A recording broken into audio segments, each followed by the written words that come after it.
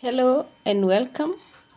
My name is Joyce Zairo, and today I would want us to talk about emotional wellness. And emotional wellness has to do with how are we feeling? How are you feeling now?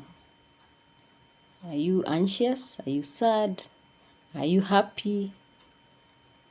Yes, we need to be self-aware of what we are feeling now. That is the beginning of emotional wellness. A lot of times we feel many things depending on what is happening in the surroundings, in our families, in our places of work, in the environment. Sometimes, a time like now in our country, it is very hot and dry and extremely dusty. And some of these things can actually influence how we feel.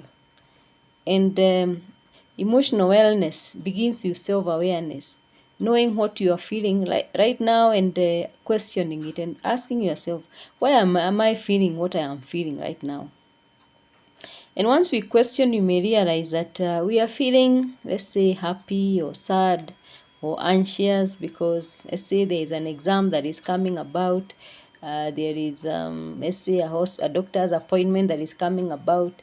And the minute we are self-aware, we understand why we are feeling what we are feeling, then we are able to question it and ask ourselves, how will being anxious help the situation?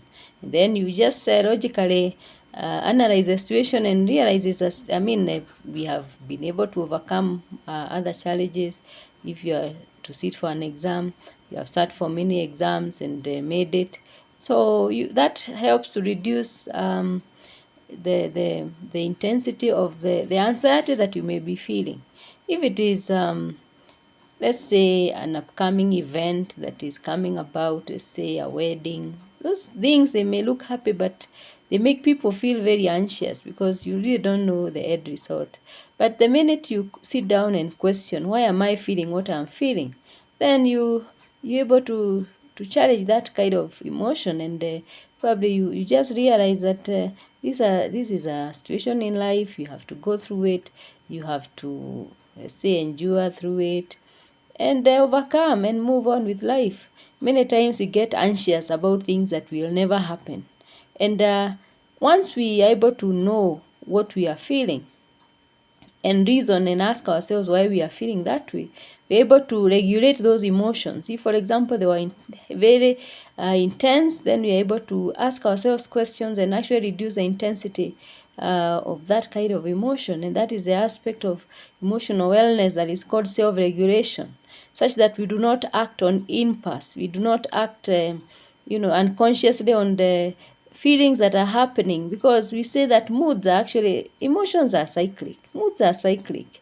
Today you wake up excited, tomorrow you wake up, feeling low, and we should not actually build our behavior on how exactly we are feeling, because if, for example, I'm feeling low today, I just need to question, why am I feeling low? And ask myself, is the reason worth it? And then I'm able to do self-regulation, being able to moderate that emotion such that it does not affect my behavior.